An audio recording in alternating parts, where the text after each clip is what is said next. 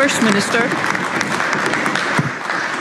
Can I say, Presiding Officer, how delighted I am to have appointed the Cabinet that has the most number of women in it in the history of devolution.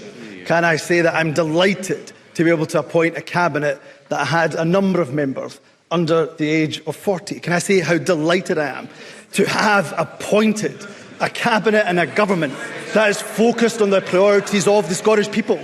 We have a Cabinet Secretary for the well-being economy that puts the economy first, that makes sure that the economy works for the people, not the other way round.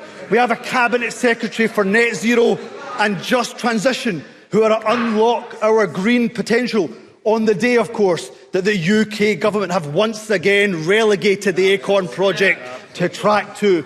We have a Cabinet Secretary for social justice to tackle child poverty. I make no apology whatsoever for having a Minister for Independence, because, my goodness, we need independence now more than ever before. We need it now. We need it now more than ever before, because in energy-rich Scotland, we have Scots that are fuel poor because of the UK government's policies.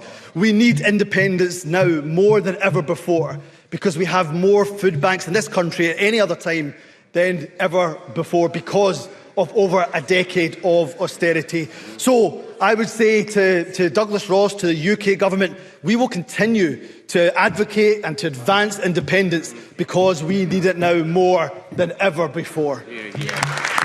Presiding Officer, first and foremost, it's been just over 24 hours since I was sworn in at the Court of Session. My first act, just about 24 hours after being sworn in, is to not just double the Fuel Insecurity Fund, as we promised to do, to £10 million, from £10 million to £20 million. My first act is to triple the Fuel Insecurity Fund, because, of course, fuel poverty in this country is a disgrace. And it's a disgrace that has been imposed upon us by Conservative UK governments.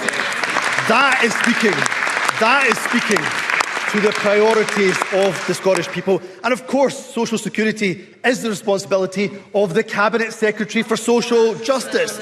In terms of tourism, of course, we have a business minister, small business minister, trade and innovation, who will take that responsibility forward. I know this is new territory for Douglas Ross, but actually it's really a good thing for a party leader to make sure that they make good on the promises during an election campaign. It's of no surprise to anybody that, as First Minister of Scotland, of course I will advance the cause of independence. I will do that because I do not accept the fact that we have children in poverty here in Scotland because of a decade of austerity. I do that because I do not accept that a country as energy rich as ours should be fuel poor because of the UK government. I do that because I do not accept that people must suffer under sky-high energy bills. So yes, I'll continue to make the case for independence, because, as I say, people need independence to unleash and unlock the potential of this country. We can do so much more with the powers of an independent nation.